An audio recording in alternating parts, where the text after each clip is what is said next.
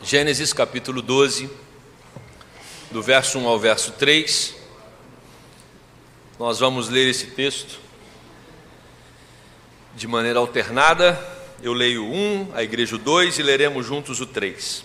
Diz assim: Ora, disse o Senhor a Abrão: sai da tua terra, da tua parentela, da casa de teu pai, e vai para a terra que te mostrarei.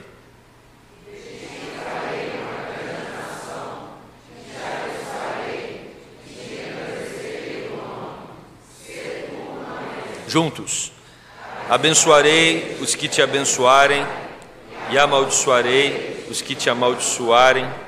Em ti serão benditas todas as famílias da terra. Amém. Vamos orar. Deus, obrigado porque estamos aqui na tua casa. Viemos aqui para te adorar, para te bendizer, para glorificar o teu nome. E cremos, Deus, que através dos cânticos, através das nossas orações, nós estamos cumprindo com esse propósito para o qual o Senhor nos chamou. E agora, Deus, é a meditação na tua palavra. Que o Senhor fale aos nossos corações. Que o Senhor nos ilumine, Deus. Que possamos, através do teu Santo Espírito, entender o teu recado a cada um de nós nesta manhã. Que possamos sair daqui alimentados pelo Senhor. Essa é a nossa oração no nome de Jesus. Amém. Nós somos alertados por muitos sinais. A todo momento algum sinal é emitido para nos chamar a atenção para algo. E os sinais precisam ser aprendidos. Então, me lembro na infância, muitos aqui provavelmente da mesma forma, o meu pai tinha categorias de olhares. Não é? Tinha olhar que significava aprovação, tipo, pode continuar fazendo bagunça. Mas tinha olhar que dizia, é para bagunça parar agora. E a gente, depois de muita surra, aprendia qual sinal. Qual sinal estava querendo dizer o quê? E aí a gente vai crescendo, se desenvolvendo, e a gente aprende que na vida os sinais vão continuar. Quando você foi tirar sua carteira de motorista, você teve que decorar um tanto de sinal que iria nortear a sua vida no trânsito. Então a todo momento nós estamos com algum sinal nos remetendo a uma informação. E eu trouxe um sinal que quando ele começa a aparecer, ele também nos chama a atenção. Que sinal é esse aqui, gente? O que está chegando? Misericórdia. Desde outubro o povo já estava pondo bolinha por aí. Aí você falou, mas não, nós ainda estamos em outubro. Ainda tem outubro inteiro, tem novembro. É lá no fim de dezembro. Mas qual o sinal que essa bolinha nos emite além do Natal? O ano? O ano está acabando. O ano está acabando. Mas é um sinal que representa para nós o nascimento de Jesus. Quando nós olhamos para uma árvore, quando nós olhamos para essas decorações que começam a tomar forma na cidade, a gente se lembra daquilo que é mais importante para nós nessa celebração do dia 25 de dezembro, que é a celebração do nascimento de Jesus. Todos nós sabemos que provavelmente, muito provavelmente, não foi nessa data que Jesus nasceu, mas é a data que nós separamos para a gente trazer à memória aquilo que aconteceu há 2000 anos atrás, a vinda do Messias ao mundo, aquele que veio para trazer esperança, para trazer vida, para trazer direção, luz à nossa jornada, à nossa caminhada. E quando nós observamos esses sinais que já estão por aí, em algumas casas já tem árvores montadas, os shoppings todos praticamente já estão aí com a sua luminosidade do Natal. Eu olhando para tudo isso, eu pensei, puxa, a gente podia também começar a pensar no Natal, porque se o mundo já está querendo vender, usando aí esses recursos todos para chamar os clientes, como que nós, igreja, pensando no maior advento que aconteceu na humanidade, não vamos também começar a falar a respeito do nascimento de Jesus? E aí essa semana, numa reunião com o pastor Leonardo, nós decidimos fazer uma série de exposições sobre o nascimento de Jesus, ou a vinda de Jesus, a partir do Antigo Testamento. Vamos separar textos no Antigo Testamento que falam a respeito da vinda de Cristo, as profecias que aconteceram, os textos que prefiguram a vinda do Salvador, e nós vamos trabalhar esse texto para que nós nos preparemos, nos preparemos para o verdadeiro sentido da vinda de Jesus, para o verdadeiro sentido do Natal. E o texto que nós separamos para hoje é o texto de Gênesis 12, que fala a respeito de Abrão. Mas para a gente entender esse texto aqui, a gente precisa observar o contexto. Nós temos um homem que foi criado por Deus. Nós cremos que o homem foi criado por Deus. Esse homem criado por Deus, Deus fez um pacto com esse homem, um pacto de amor e de vida.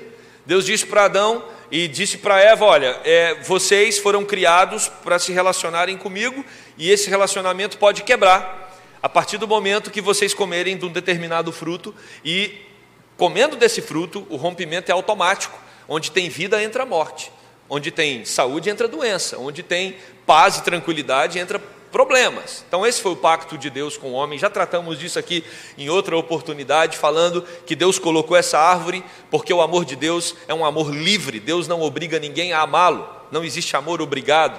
Se você é obrigado a amar alguém, você não ama esse alguém, você é obrigado. E se é obrigado, não é livre. E se não é livre, não tem como amar. E Deus, quando Ele cria o homem, Ele dá liberdade para o homem em amá-lo ou não amá-lo, assim como os anjos. E o homem escolhe não amar a Deus.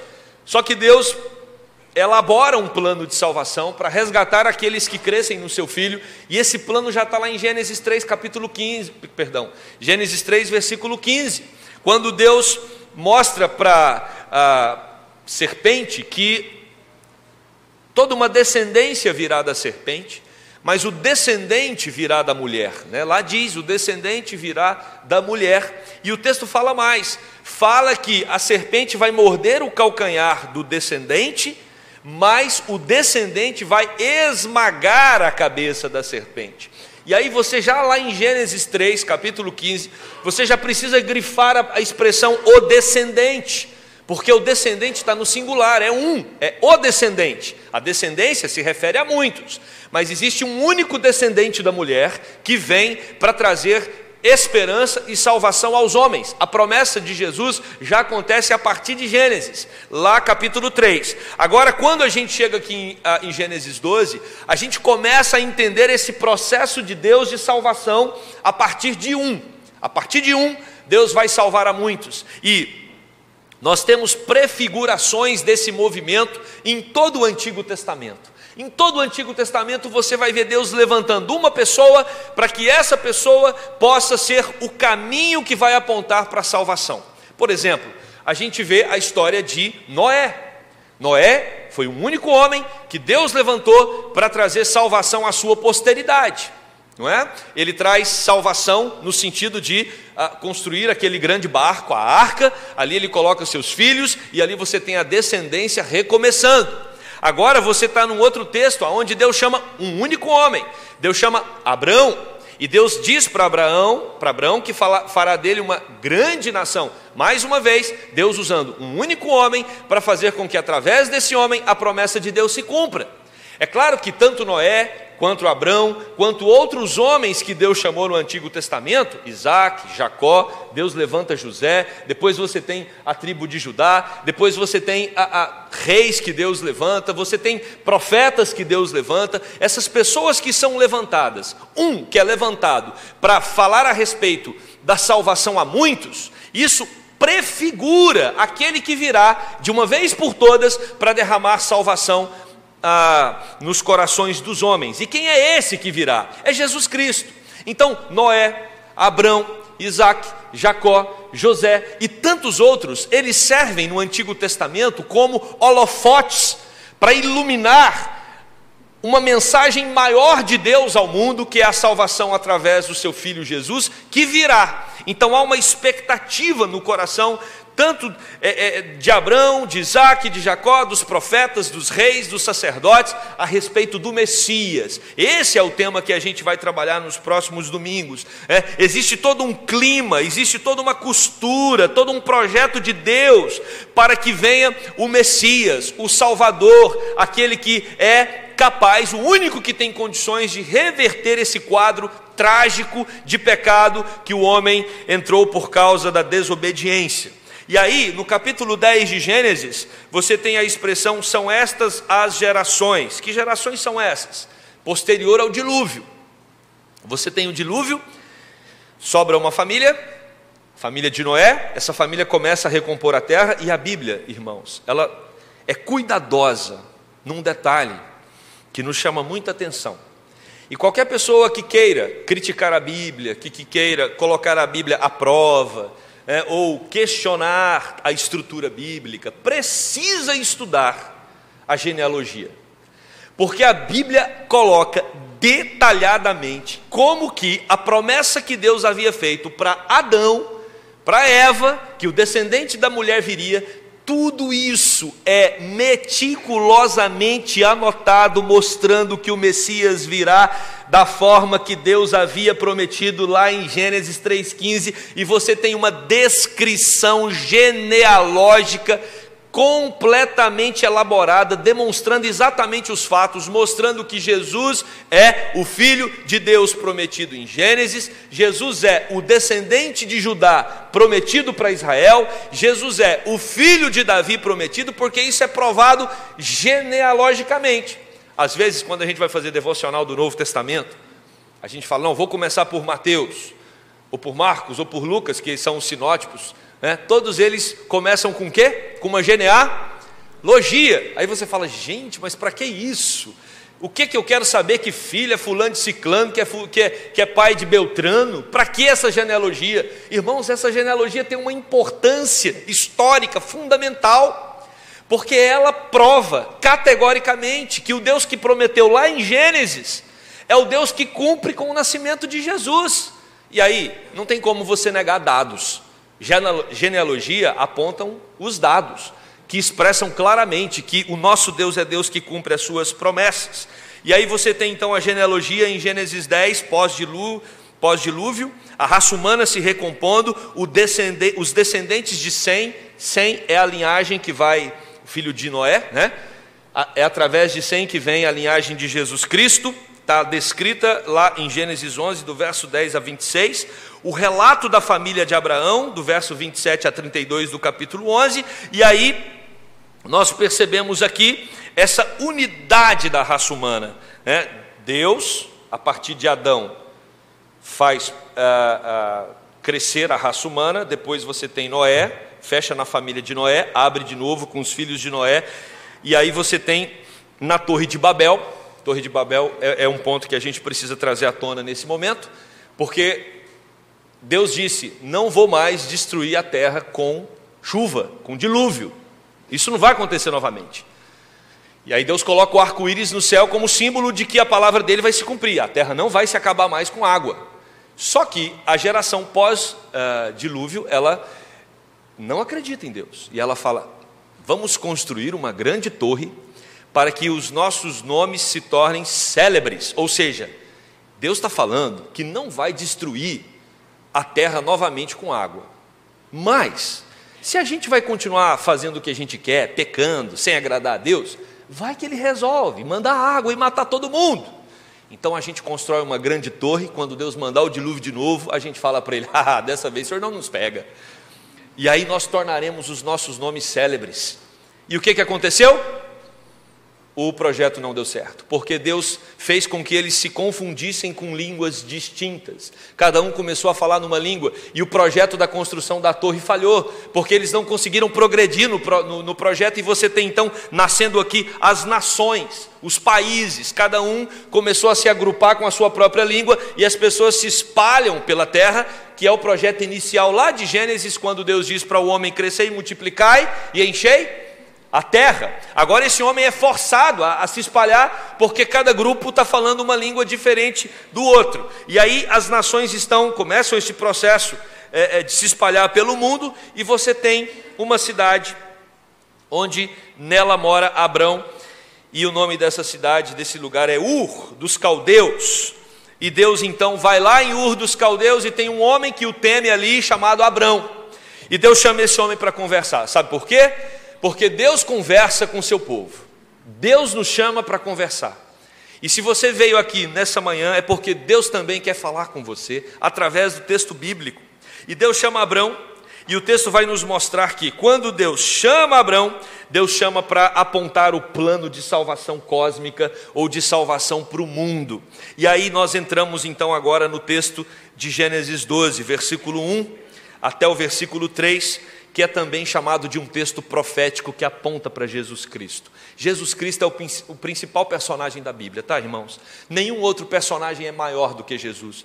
Aliás, todos os outros personagens principais da Bíblia vão apontar para Jesus. E o que Abraão está fazendo aqui é apontando para Jesus. Por isso que a vinda de Jesus ao mundo é, sem dúvida nenhuma, o maior advento da humanidade, e isso fica muito claro em todo o Antigo Testamento.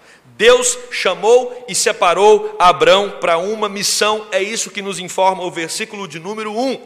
Um comentarista chamado Waltke, ele diz assim: a voz que chama o cosmos à existência é a mesma que chama Abrão para a existência de um povo. Através de Abrão está nascendo um povo, a nação de Israel. Através da nação de Israel, quem virá ao mundo? Jesus Cristo, o Messias. Deus faz nascer um povo através de Abrão, para que através desse povo o Messias possa vir ao mundo. E aí, o próprio Deus diz para Abrão: ora, disse o Senhor a Abrão: sai da tua terra, da tua parentela, da casa de teu pai, e vai para a terra que te mostrarei. Algumas coisas nos chamam a atenção nesse versículo. Primeiro, Deus está dizendo para Abrão: você vai por você mesmo. Abrão, eu estou dando uma missão para você, e você vai ter que tomar uma decisão. A decisão é: saia da sua terra. Muito interessante esse convite de Deus para Abrão, porque ele é um convite a um projeto, a uma caminhada incerta. O que nós mais queremos na vida é ter segurança, é ter certeza de que vamos terminar bem a nossa história aqui na Terra. E olha, se tem alguém que descobriu isso, são os grupos de seguro de vida. Eles contam com a sua tragédia para oferecer aquilo que eles propõem a vender. Vai que você tem um acidente, vai que você tenha uma doença grave. Ou seja, eles pegam as incertezas que todos nós corremos o risco de enfrentar na vida e nos oferecem um produto para que isso seja amenizado.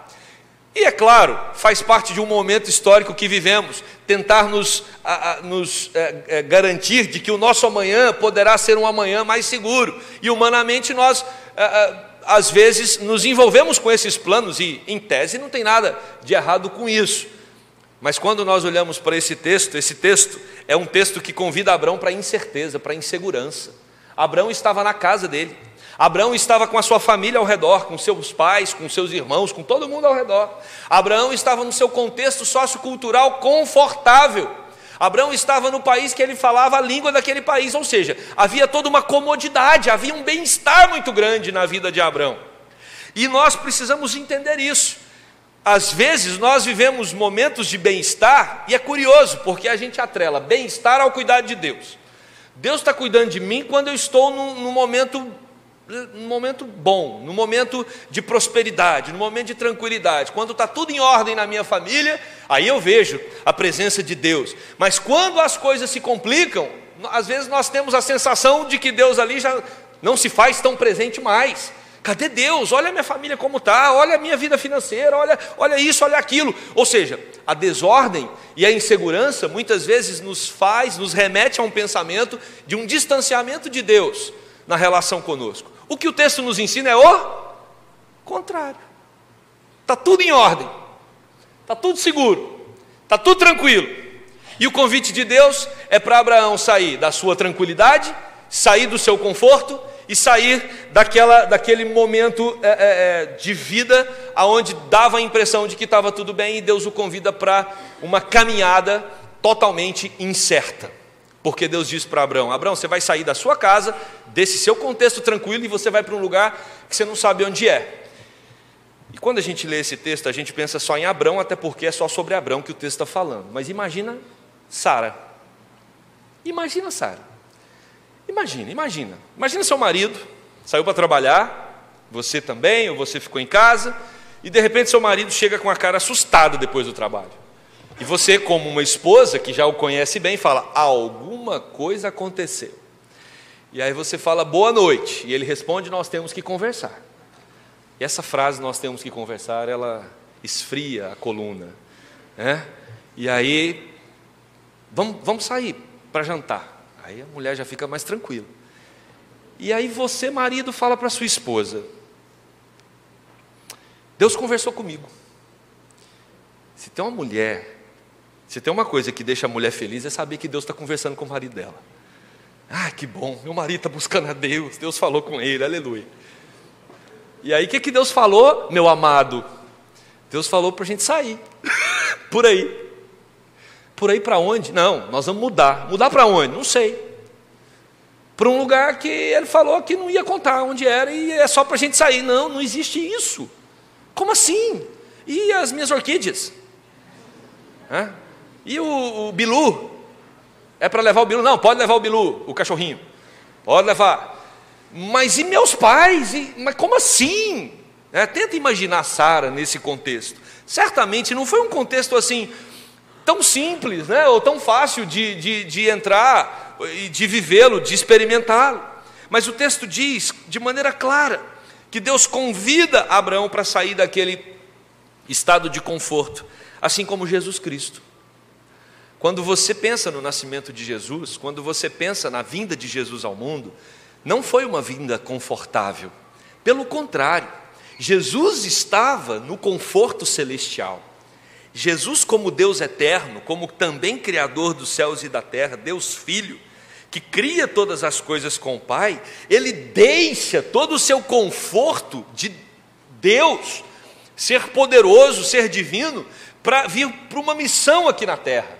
Irmãos, nós nunca conseguiremos imaginar, ou nunca vamos entender com a nossa mente, o quão sacrificial foi o processo do Deus Filho se tornar um homem para trazer salvação ao mundo. Já tratamos aqui em outros domingos sobre a eternidade, que Deus é eterno, um Deus que nunca começou. Ele criou o tempo é obra de Deus, Ele nunca começou e Ele nunca vai acabar, Ele está fora do tempo porque Ele criou o tempo. Tenta imaginar esse ser que criou o tempo agora, entrando dentro do tempo, nascendo de uma mulher, tendo dias, se submetendo a essa humilhação. Jesus abre mão do seu conforto, assim como Abraão abre mão do seu conforto, para uma missão que Deus havia estabelecido. Olha o que diz o livro de Filipenses, capítulo 2, vai nos ensinar que Jesus, subsistindo em forma de Deus, não julgou com usurpação o ser igual a Deus, antes a si mesmo se esvaziou, assumindo a forma de servo, tornando-se em semelhança de homens e reconhecido em figura humana, a si mesmo se humilhou, tornando-se obediente até a morte de cruz.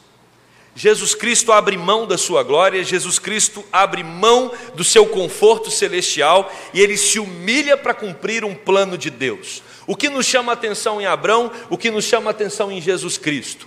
A obediência, a submissão a um plano maior. Deus tem um plano maior, Ele usa Abraão para apontar esse plano e Jesus vem para concretizar esse plano. Mas também nos chama a atenção no texto que é um sendo chamado para servir a muitos.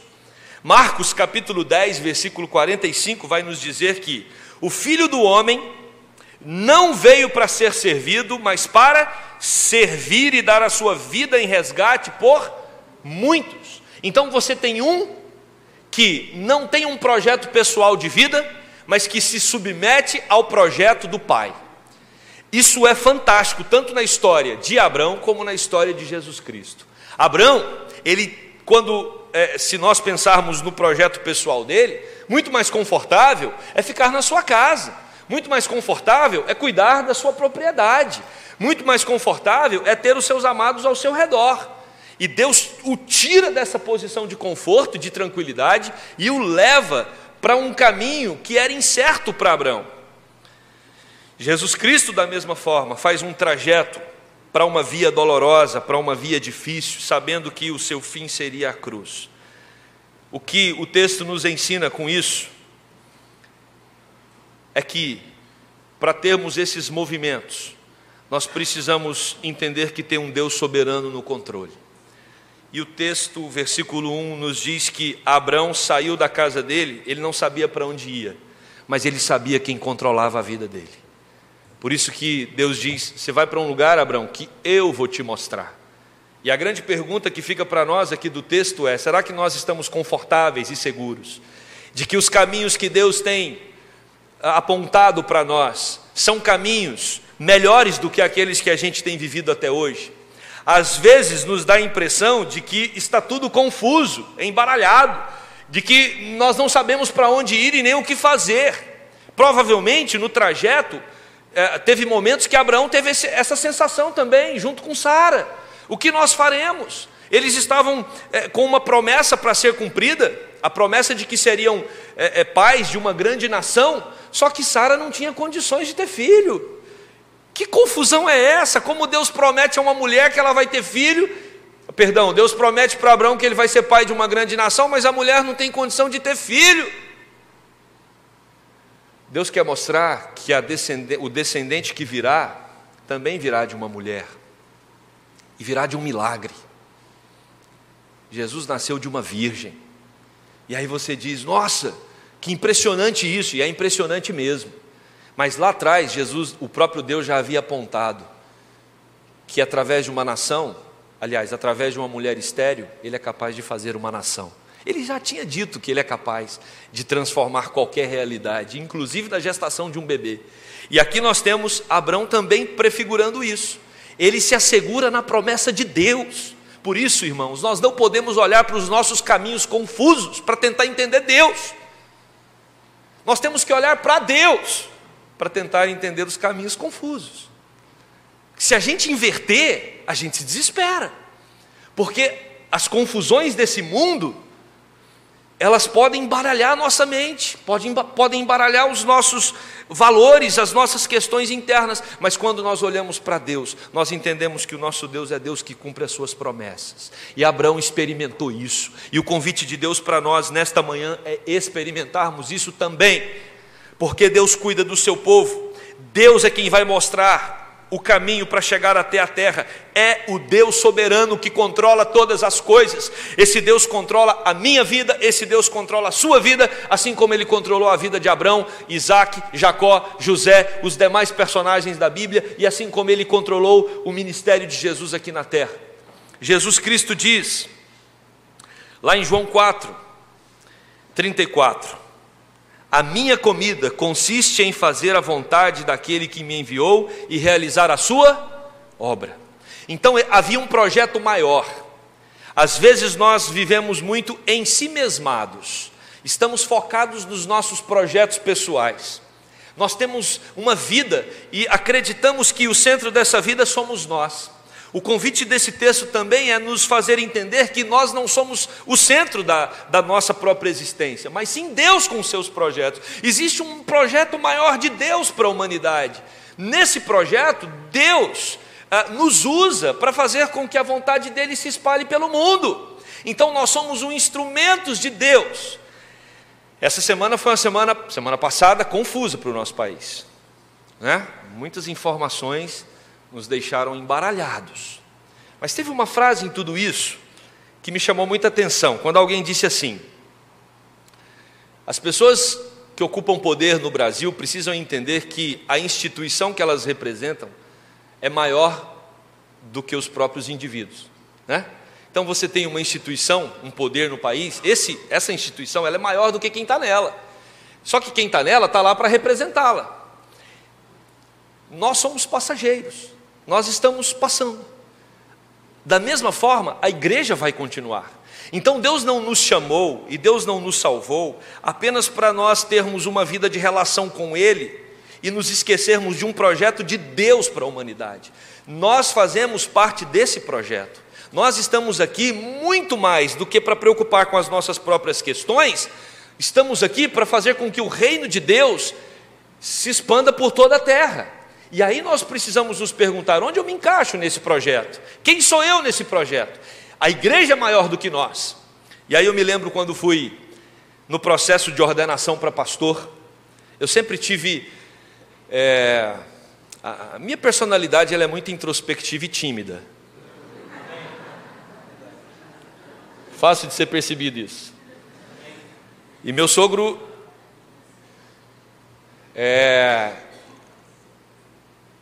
sempre foi uma pessoa séria e muito ponderada na fala, e muito assertivo, assim. Homem de poucas palavras, mas muito assertivo. Era um uma referência espiritual na cidade de Anápolis. E eu, extrovertido, brincalhão, entendendo que Deus me fez assim, assim serei. E se Deus me chamou assim, assim serei. E ele falou uma coisa muito importante, bem no dia da minha ordenação, a pastor. Ele falou assim: você agora é um oficial. Você agora precisa entender que você tem que ter uma postura do ofício. O seu ofício exige uma postura.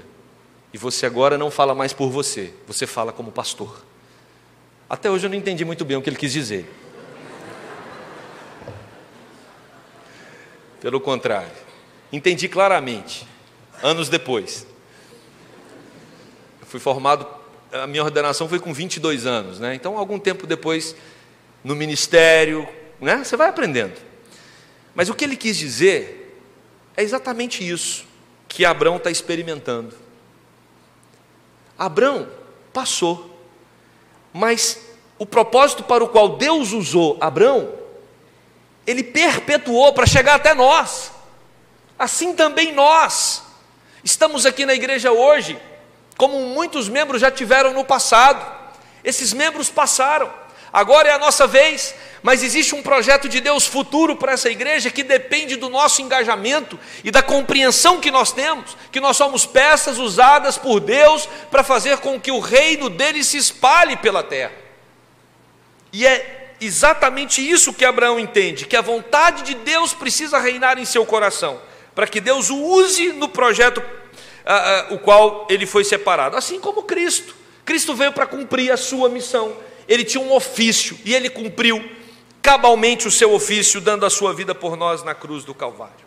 Mas também é importante Abrão lembrar, não só que Deus o tirou do conforto para uma realidade instável na perspectiva humana, porém estável, porque é Deus quem está dando a ordem. Quando Deus dá a ordem, pode ficar tranquilo que Ele vai cuidar do processo. Deus está dizendo no versículo 2 que Ele é Deus que cuida do seu povo. E Deus faz algumas promessas a Abrão. Deus diz para ele: de ti farei. É Deus quem faz, é Deus quem faz. Qual o problema que você trouxe aqui hoje, que está te perturbando, que está te angustiando, que está tirando a sua paz? Qual é o seu problema? Entrega-o para Deus, que é Deus quem faz, é Deus quem age. O processo de salvação começa por Ele, não começa pelo homem. Uma grande nação virá através de Abrão. É um homem para muitos, uma grande nação. Através de Jesus também muitos serão salvos. Por isso que Abrão prefigura Cristo. João 3,16, porque Deus amou o mundo de tal maneira que deu seu único filho, para que todo aquele que nele crê não pereça, mas tenha a vida eterna. É um para muitos. Deus fez uma promessa, e essa promessa se cumpriu em Jesus Cristo. Mas o texto diz mais. O texto diz que Deus faz uma outra promessa. Além de fazer de Abraão uma grande nação, Deus vai fazer com que Abraão seja famoso. Olha o que diz o verso de número 2. O nome de Abraão, ou de Abrão, seria exaltado. De ti farei uma grande nação, e te abençoarei, e te engrandecerei o nome. Se você for ler os relatos lá da Torre de Babel, os homens queriam construir a Torre de Babel para tornar os seus nomes célebres. Tem muita gente dando a vida para projetar o seu próprio nome. Tem muita gente se empenhando para fazer com que tenha uma carreira de sucesso, para que seja uma pessoa importante, relevante, famosa. E aqui o texto nos mostra que é Deus quem vai fazer a Abraão um homem famoso, e isso faz toda a diferença. Então o problema não é ser famoso. Se você é famoso e está aqui hoje, não tem problema nenhum você ser famoso. O problema é reconhecer quem te faz famoso, quem te colocou na posição que você está.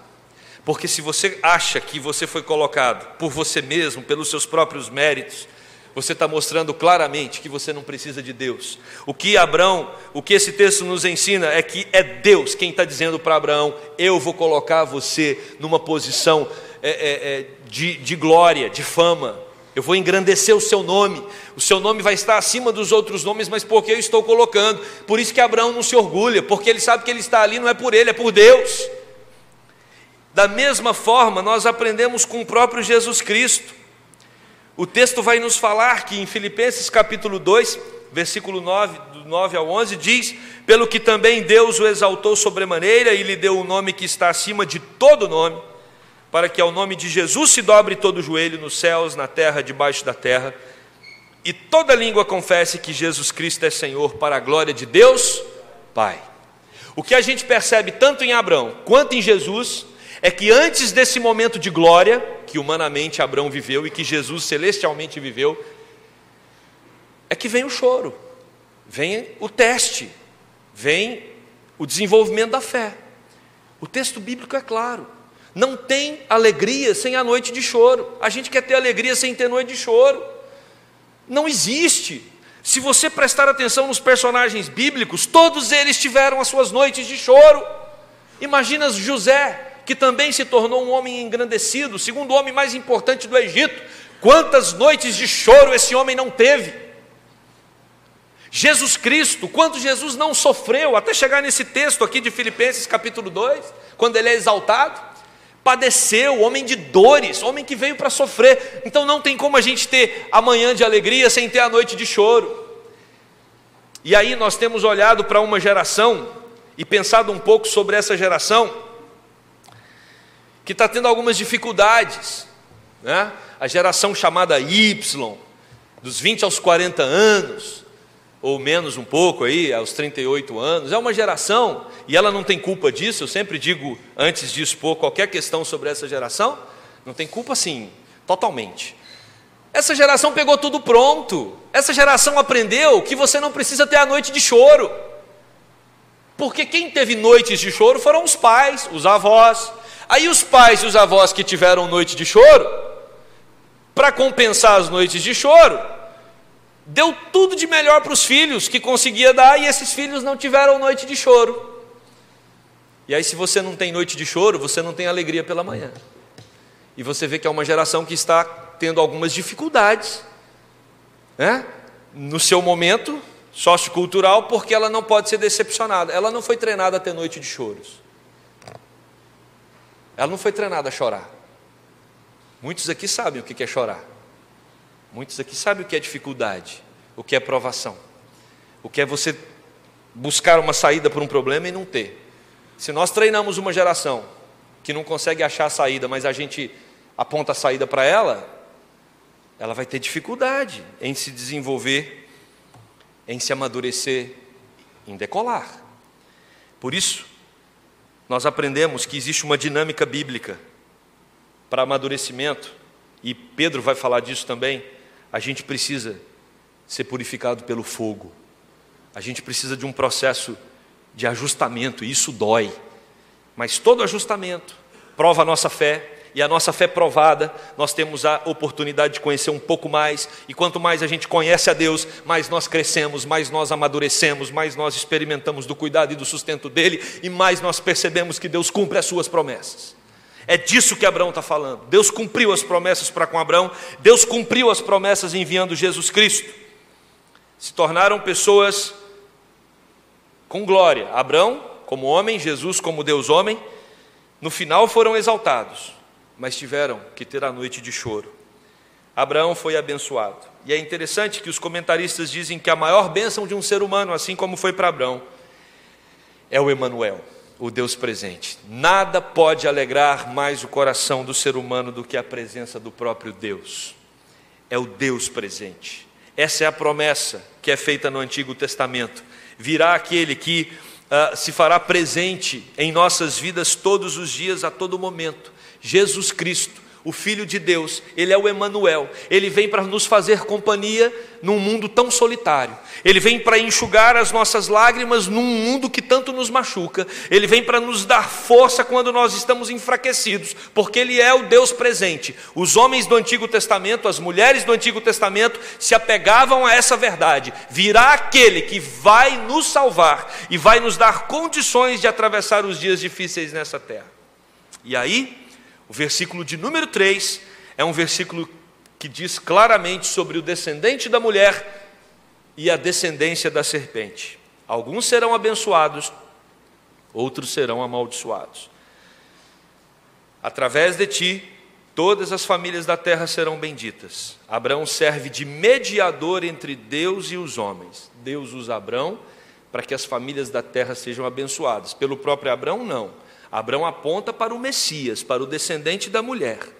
Por isso que 1 Timóteo capítulo 2, verso 5, Paulo vai falar: porquanto há um só Deus e um só mediador entre Deus e os homens, Cristo Jesus, homem. Por isso, todos os mediadores do Antigo Testamento, reis, profetas e sacerdotes, eles são usados para apontar para Jesus Cristo, o sumo sacerdote, que vem para ser o mediador entre Deus e os homens. Através dele, a bênção chegará aos povos, e aqueles que não creem nele, essa bênção não chegará.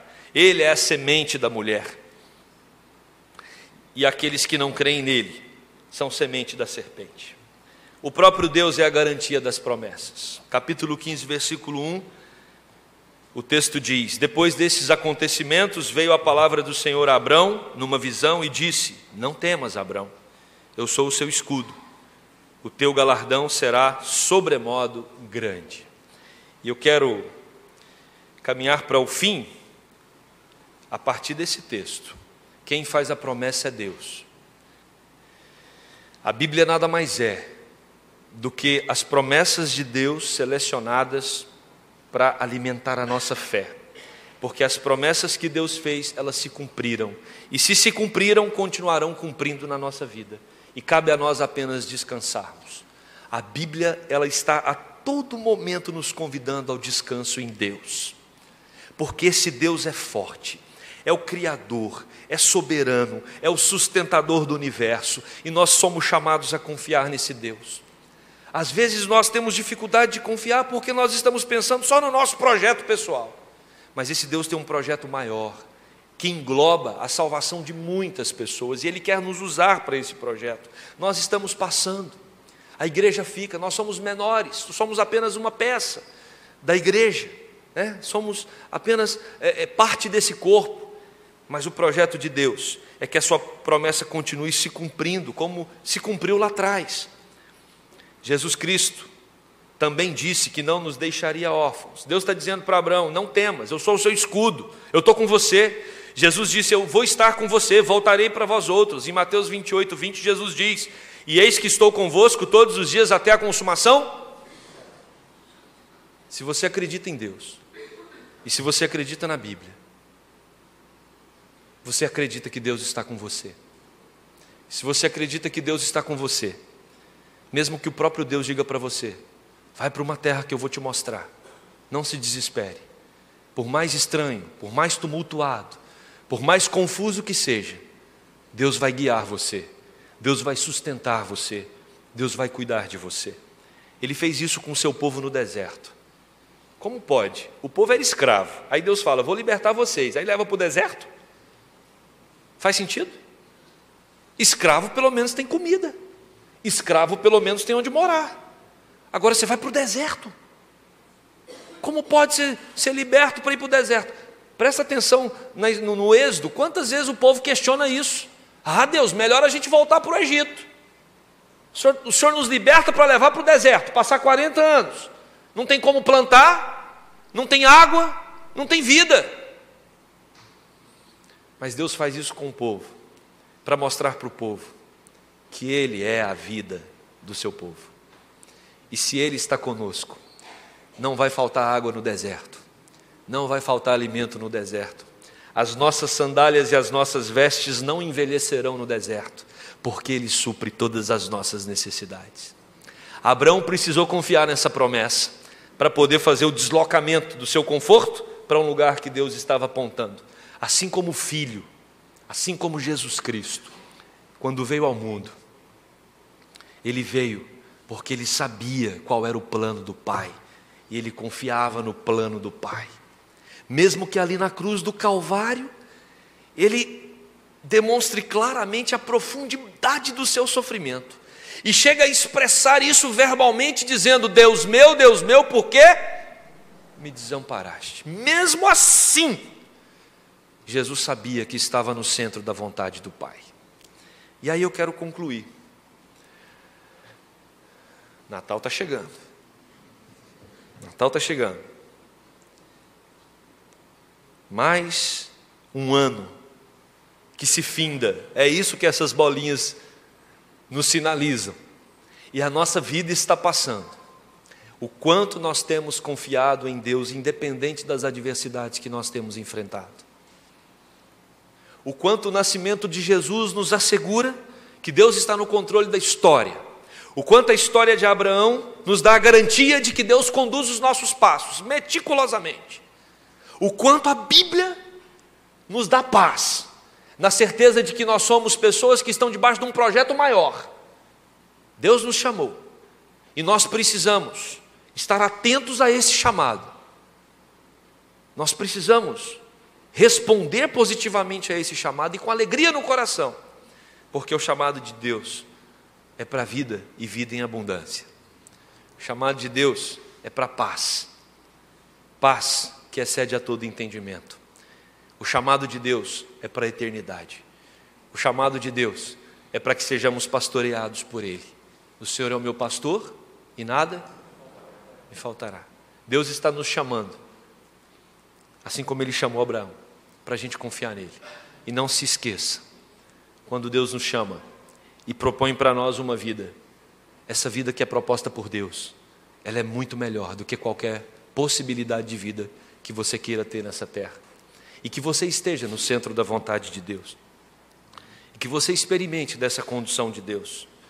E que Deus se revele a você como Ele se revelou a Abraão. Através de Cristo Jesus, trazendo salvação ao nosso coração.